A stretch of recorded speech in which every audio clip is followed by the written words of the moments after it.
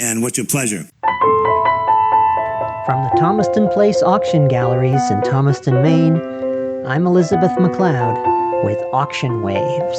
32,500, 100,000 there. Players all over the house. 400,000 on this rare piece, and 600,000, 900,000, 1 million, 1,175 once, 100,175 twice. We all good? Sold.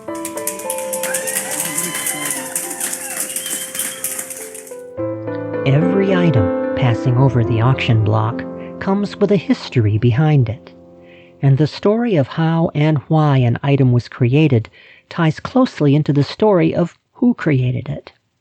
Such is the case with the impressive collection of high-fidelity recordings to be featured as part of the Belkin estate in Thomaston Place Auction Gallery's Summer Splendor Auction coming up at the end of June.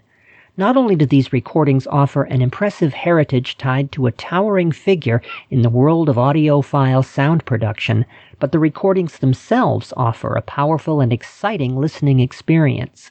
In this edition of Auction Waves, we'll discuss these recordings with one of the world's top authorities on high-fidelity audio. But first, a look at auction news.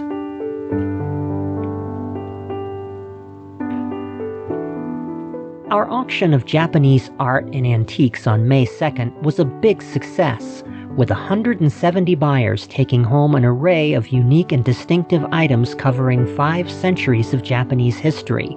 Among the lots garnering the most interest were an intricate bronze turtle sculpture, signed by the artist, which brought, with buyer's premium, a price of $6,000.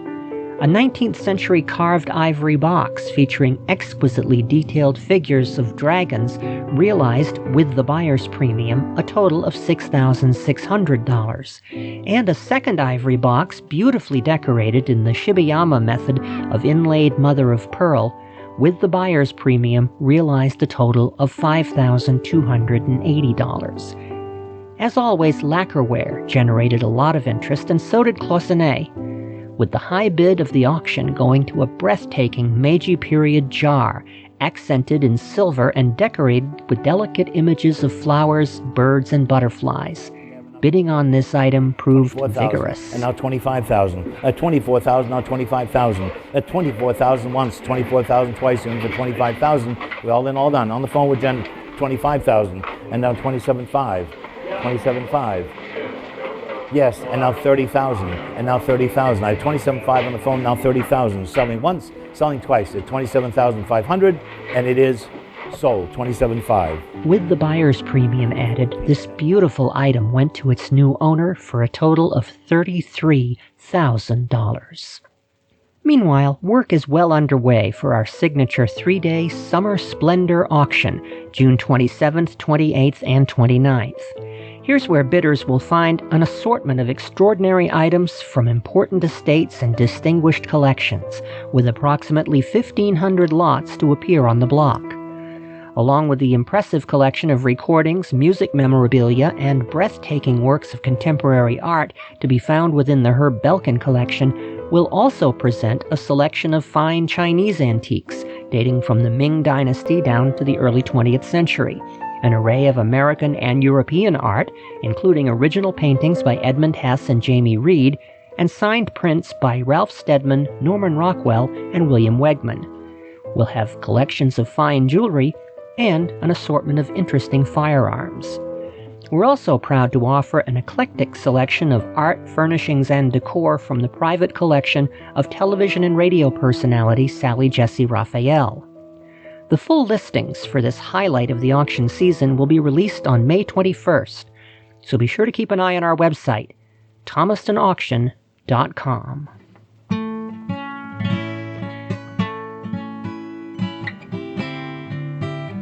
Nearly a quarter century since his passing, the name of Herbert A. Belkin still looms prominently in the annals of high-fidelity sound, where connoisseurs of technical excellence in audio recording and reproduction covet original copies of the many impressive limited edition releases assembled under the banner of Mobile Fidelity Sound Labs during Mr. Belkin's 15-year tenure as that company's president and CEO, with MoFi's catalog featuring such luminaries as Frank Sinatra, the Rolling Stones, Pink Floyd, and the Beatles. Joining us today to discuss the high-fidelity legacy of Herbert Belkin and Mobile Fidelity Sound Labs is the editor of the Tracking Angle magazine and website, the editor-at-large for the Absolute Sound, and the dean of audiophile journalism, Mr. Michael Fremer. Well, thank you for that introduction. Well, I'm glad you were able to join us today to talk about Mobile Fidelity Sound Labs and Herb Belkin. He was a very interesting and very eclectic man, and we're very proud to handle his estate. But I wanted to talk to you today about Mobile Fidelity Sound Lab and its place in hi-fi history. Now, there have been a lot of audiophile LP labels that have come and gone over the years. Emery Cook, Audio Fidelity back in the 50s, all the way down to the present day. But what was it about Mobile Fidelity Sound Labs that set it apart, especially during Herb Belkin's tenure as president? Well, you know, Herb came from the regular record business. He was an executive at ABC Records. That's where he came from. And he started Mobile Fidelity Sound Labs in the mid-'70s when the record industry was peaking, when vinyl records were on the ascent before cassettes really took over, because that's what really did records in. It was cassettes, not CDs. CDs nailed the coffin, but cassettes really took it away. When Sony came out with the Walkman and people could travel with their music and they could put it into the car, into a dashboard in the car, and they could put it in a little handheld device with headphones, that really made people think, why do I want records? And records were fragile, and we all know the problems with records. So Herb came along and decided that there was a market for extra high quality records, that there were enough audiophiles out there who at that point had gotten much better turntables and much better phono cartridges, and the entire playback system of vinyl had improved to the point where he felt he could distinguish record quality with certain factors. And the first factor was half-speed mastering, which he developed with Stan Ricker, and Bruce Leak, and there were a few other people involved in this. And the other factor was pressing records in Japan on JVC Super Vinyl, which was the highest quality vinyl that was currently available in the world. And at that point, shipping things to Japan and back everything was in place for this company to happen and for these products to come out. And plus, Herb had a connection to the record industry, so he was able to get tapes out of the vaults and produce these high-quality records, and that's how he got started. Now, Mobile Fidelity didn't begin as a music label. It was really more of a novelty label almost, sound effects records. Sound effects record, yes. It was steam engines and thunderstorms, and there were other individuals who got the company started, and that's why it was called Mobile Fidelity, because it was really dealing with trains. They were train fanatics. So Herb hooked up with that company, and then Herb decided to release music releases, and that's how the company got started. So let's talk a little bit about the technologies involved here. You mentioned half-speed mastering. Now, I come out of the world of 78 RPM record collecting, and there are a lot of 78 people who will tell you that, well, the faster a record goes, the better it's going to record the signal. That's true. So I guess it seems almost counterintuitive. Why does half-speed mastering, recording an LP at 16 2/3 RPM, how does that make a difference? How does that lead to an improvement? Well, if you play the tape back at half speed and you play the lathe back at half speed, you're going to have a better chance of putting the grooves into the record, of engraving the piece of lacquer, than you would at a higher speed. Because it's like driving a car more slowly on a road. You can probably navigate it better at a slower speed. None of these technologies are perfect. There are downsides to all of these things, and that's true of half-speed mastering as well. But Herb and the people involved and Stan Ricker, they liked the technology, and they developed a cutting lathe that could cut this way, and the amplifiers necessary to cut the grooves. Certain differences had to be accounted for in the process. Well, let's talk about the vinyl for a second. Now I worked in radio in the 80s, and I remember some of the LP pressings that came through were just paper thin. The RCA Dynaflex records, for example, you could cut yourself on the edges. They were so sharp. Does a heavy, stiff vinyl really make that big a difference? Well, now we get into one of these controversies where, as with everything else in the world, there are many people with different opinions. And those Dynaflex records, many of them sound amazingly good. Problems with the Dynaflex records were more to do with the quality of the vinyl that was being used to press them than it was with the Dynaflex. So it's not necessarily the thickness. And again, a thicker record can have certain advantages if it's done correctly. Pressing a good thick record is much more difficult than pressing a thin record because there's a time involved in getting the melted puck to spread evenly across the surface of the stamper and not start to harden before it gets all the way out. And there are many records people have in their collections of 180 gram records where the vinyl started to harden before it spread all the way out, and that results in non-fill and other issues. So more difficult to press, but ultimately it's how well it was pressed that really, really counts. But the advantage of a thicker record is when the stylus is going through the groove, there's tremendous downforce, tremendous pressure is in the groove, and it's creating this resonance, and that resonance will spread across the surface of the record. And so you have to damp the record to properly decode it so the resonances don't come back to where you're pressing the record and you hear these echoes of what's trying to be reproduced from the groove. So people put different kinds of pucks on top of the record. They put different weights on top of the record. The record itself will do a better job of preventing these resonances from getting back if it's a thicker record. That's just a fact, because it's going to stop those waves from coming back. So that's an advantage of it. It was definitely not just a marketing ploy to say that you have a thicker, heavier disc. You have substantial reasons for wanting that. There's a reason, and I think people like to have a nice thick slab of vinyl coming out. Some people that are more cynical about that prefer a thinner record. There are some people that think a 140 gram is the overall best combination of weight and resonance prevention, but these are all opinions that everybody has that are different from one another. Well, I mean, there is really something inherently really satisfying about taking a substantial LP record out of the jacket and holding it in your hand and placing it on the turntable. You feel like you're actually holding the music. And it's something that really comes through when you handle these MoFi pressings. Absolutely. And that's one of the reasons why when CDs came out, and I saw my first heard my first CD and saw my first CD player where the disc would disappear in a slot and you don't see it while it's playing, and the packaging. They could call it a jewel case, they could call it whatever, they could call it a diamond ring, they could call it whatever they wanted to call it, but it just didn't have the same feel. It didn't have the same look. You couldn't read the liner notes because they were so small. That got better over time, but at first, and it sounded terrible. It actually sounded terrible. And when people started throwing their records away so they could get the same thing on CD that sounded much worse, I was very happy about that because I got a lot of great records for very, very little money. It really did spike the used record market. I remember those days very well. Let's talk a little bit about what went into the grooves.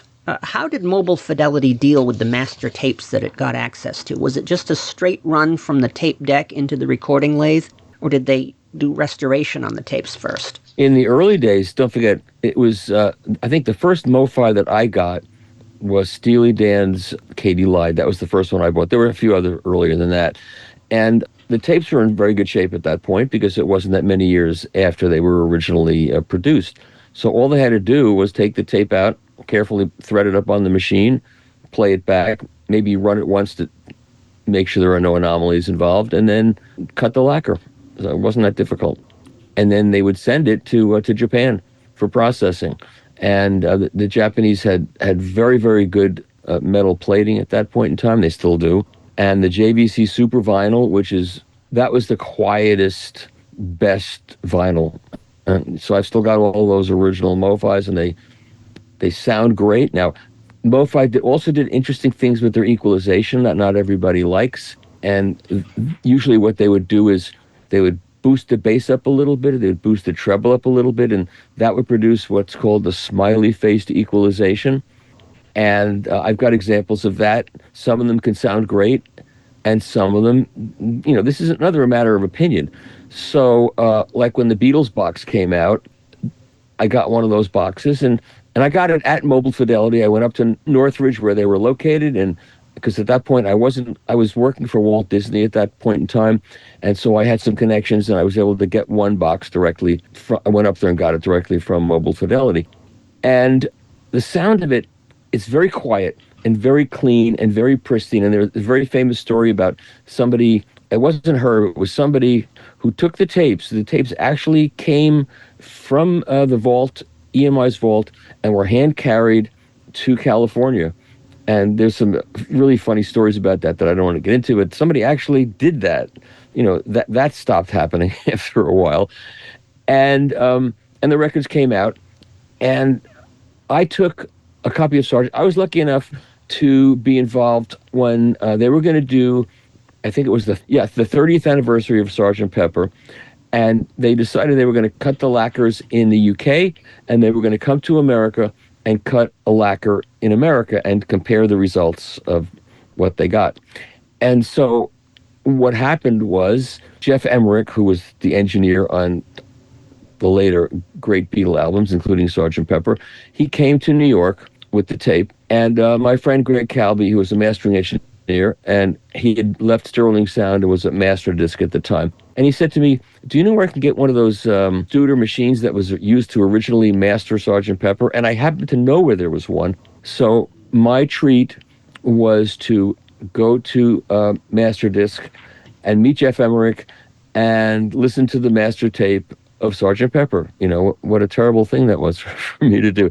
And I brought my Mobile Fidelity copy of Sgt. Pepper. I played it for Jeff. He didn't like the equalization that they used. And, to this day, some people really like the equalization on that because it's very clean and pristine. And other people think it lacks mid-range richness, and so it sounds kind of thin. So these are things that happen through time and create controversy to this day. But don't our tastes evolve over generations? I would think that a generation that has grown up, for example, listening through headphones, on iPhones, on portable devices of various kinds, streaming, is really not going to have an appreciation for room-filling bass in the way that somebody who grew up in the analog era with hi-fi equipment and the appropriate records might. We like to think this is the analog era again, because turntables are back, young people are buying records, there's a lot of all-analog reissues coming out, and so that's another interesting fact. But again, it is taste, and it also depends on what your system is doing. If your system is a little weak in the bass department, if you get a record that pumps it up a little bit, well, that's going to sound better. So it's all of those factors. Would you say that this box set, the Beatles box set that is, which I think is really going to be a signature item in this auction, we have Herb Belkin's personal copy of it. Would you call that the definitive release of these recordings, or is it an important variation? Well, equalization-wise, I think it's a variation. It's definitive in the sense that it came from the original tape and that it was carefully mastered, half-speed, and pressed on JVC super vinyl, so it has all those things going for it. But the equalization of it is definitely different than an original UK pressing. The Capitol pressings, I have no use for those in stereo. They're not great sounding. They're not. It's the British pressings to me that are the standard. The MoFi box, of course, it's very quiet because it's that beautiful JVC super vinyl, and beautiful pressings and limited edition. And the people that love that, they don't care that it doesn't sound like the British originals, because some of the British originals, they would say they rolled the bass off so that it would play on the kiddie phonographs of the day, and that was true too.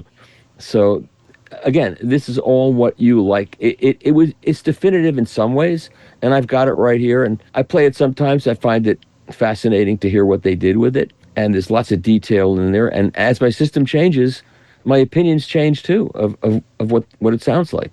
That is an interesting phenomenon, though, isn't it? That what you like to listen to and how you like to listen to it on any given day will not necessarily be the same thing that you'd want to listen to the next day, which is why we have multiple versions and variations of so many of these recordings.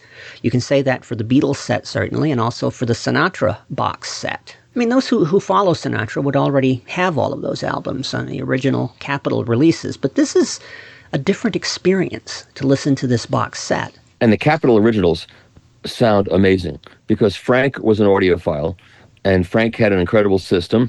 And I've no doubt, and I don't have proof of this, but I've no doubt that he was involved. He oversaw all of that and heard test pressings and made sure that it sounded the way he wanted it to sound, because there's some very famous photos of Frank relaxing.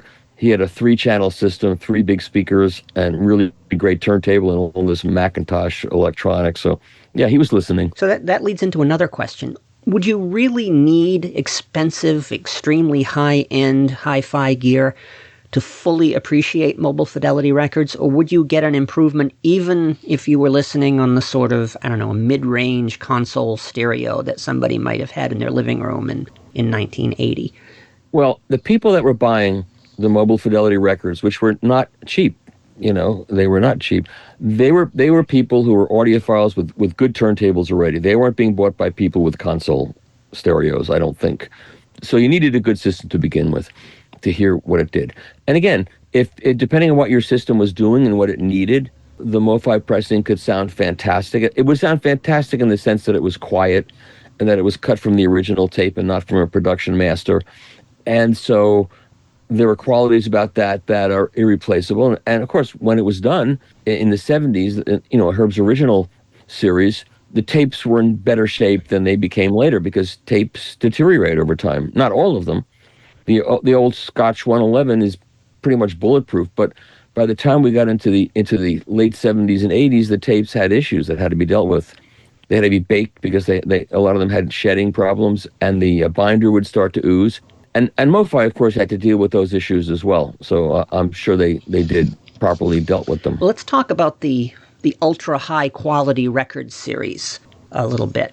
How did those differ from the original round of MoFi issues? Well, they came up with that, and it was put in a box. So you got a box. The other thing about MoFi is that was unique and continues to this day is that they didn't use the original artwork. They put their banner on top. They used their own label. The early ones had this California sunset look on them. And the UHQ art box was a process by which they realized that when records are pressed and there's a lip on the outside of the record, there's a lip on the outside and there's a thicker part in the center. And so as the stylus is going through the record, it's going downhill towards the center of the record, and then it's going uphill towards the end of the record. And so that will affect the skating force applied to the record. It would be different on the way down and different on the way up. And the stylus would kind of ride on the inner groove on the way down, on the outer groove on the way up. And so the flat profile record was an attempt to level the playing field so that the stylus would travel across the entire surface level, so there would be no difference. So that's reaching a fanatical level that people liked, and that was a super thick 200-gram record. And the proof is in the pudding with those, and those are very collectible. They were limited edition. And, a sealed copy of Dark Side of the Moon goes for a lot of money. A sealed copy of Sgt. Pepper goes for a lot of money. And one of the interesting things about that is that they did Cat Stevens' Tea for the Tillerman. And I bought that. And I had an original British island pressing, which was considered the pressing. And that was actually cut in New York by Lee Hulko at Sterling Sound, and then shipped to the UK for the British Pink Label Island pressing. And then the MoFi came out, and it sounded way different than that original UK Pink Label Island. It was much brighter. It was much harder. When Cat would play his Ovation or whatever brand guitar it was with the plastic back, and it would like, he would strum on that guitar really hard, and it would like make your ears bleed. And so I didn't like that. I said, I think Mobile Fidelity messed up that record. I don't want to listen to that. Why did they do that? Years later, it turned out that what had actually happened is when the original mellow, beautiful one that everybody likes was cut, they made a mistake in the mastering and thought it was a Dolby tape. So they put the Dolby on, and the Dolby rolled off the high frequencies, and that's why the original British pressing sounds so mellow and so romantic, and it is very romantic and very mellow, but it does not sound like that guitar that Cat Stevens was playing. That guitar would shred your ears.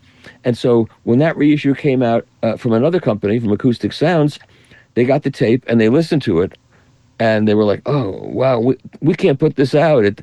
And they came to me and said, "What should we do? Should we mellow it out for the audiophiles?"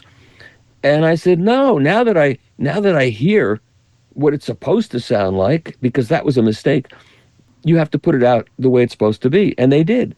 And so the MoFi was actually correct, but a lot of people complained about it, the UHQR, because they thought it was something happened. They made it too bright. But that's why things change over time, all the time. Once again, there's always the possibility that something went wrong with the original release, and when you do a reissue like this, there's a chance to correct it.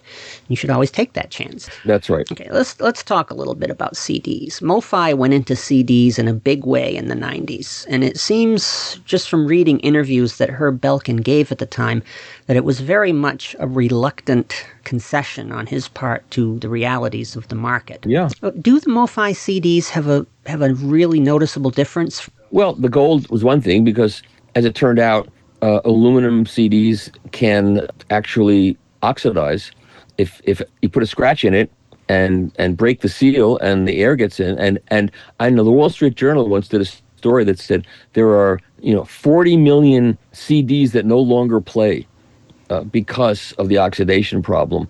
And if I have the number wrong, that's possible, but it was a lot of CDs. I mean, tens of millions of CDs for sure. And so the gold ones don't have that problem because gold doesn't oxidize. So there was that aspect to it. And then, of course, gold looks good, And MoFi did their normal, they had their mastering chain. So if they started with the tape, they would process it their way and through their mastering chain and get a result that they really liked, and that's what really counted. And they did put out a product that really lived up to its price tag at the time. And we have many of those in this auction, so I think that collectors will find a very interesting field to pursue. Well, I was going to say, a lot of people are going to buy these items and keep them sealed as investments. Now, I'll ask you, what would you do? Would you buy a rare album and crack it open and listen to it and enjoy it for what it was meant to be? Or does it just go into a vault for the future? I never bought a record or a CD as a financial instrument. It's not my thing. And I know people who buy two of everything, and they buy one to save as the financial instrument and one, to play and enjoy. And sometimes that works out and sometimes it doesn't. So that's a choice. If you look at my shelf, I play my records. That's, I keep them in very good condition, but I play them. And whoever gets my records will get mostly really clean, well cared for, as good as new records, even though I played them a lot. And the jacket's not so good, because if you take a gatefold jacket and open and close it, something's going to happen to it. But it's much easier to get a clean gatefold jacket than it is to get a good, clean record, because people didn't take such good care of their records. So I once had the president of Atlantic Records come over here to visit. And he is a real record fanatic. He's got multiple collections. He's got one collection, I think, in Christie's and in a vault. Played. Every record in that collection is either unplayed or pristine and mint.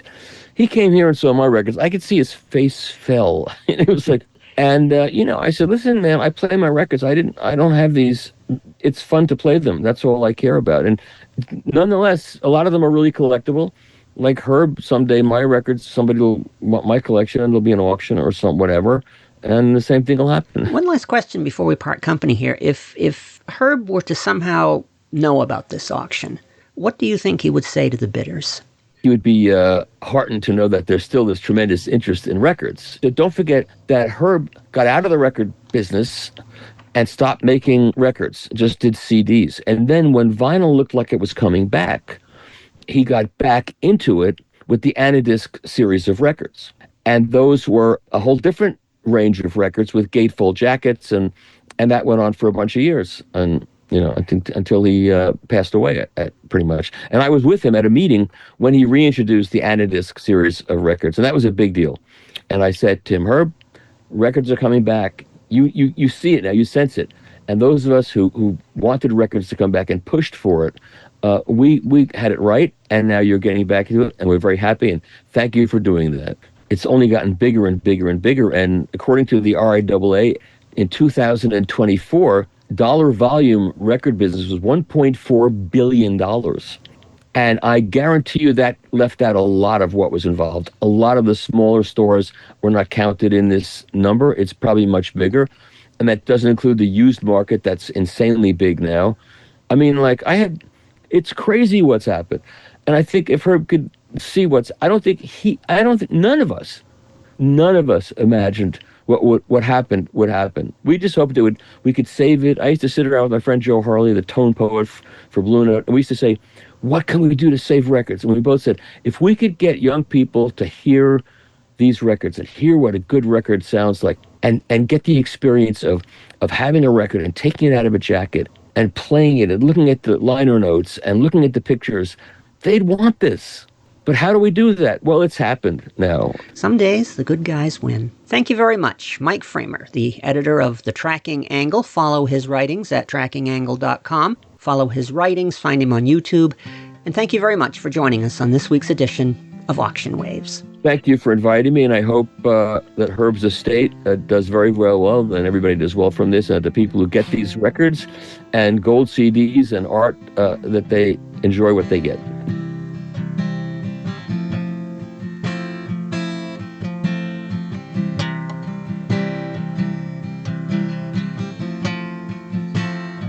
Music gives a soul to the universe, wings to the mind, flight to the imagination, and life to everything. So wrote Plato, and how much more so that is now when you hear music reproduced with the full majesty of its power captured forever in a fine recording. We thank Michael Fremer for sharing his love for the power of fine sound with us today. And you can again find him with news and views from the world of audiophilia at trackingangle.com, absolutesound.com, and on YouTube. Once again, a reminder that our catalog for June's 3-day Summer Splendor auction, featuring recordings, memorabilia, and art from the estate of Herbert A. Belkin, will be released May 21st on thomastonauction.com. Looks like my ride's here, but before I go, let me remind you that you can find more exciting auction-related content on our Thomaston Place Auction Gallery YouTube channel.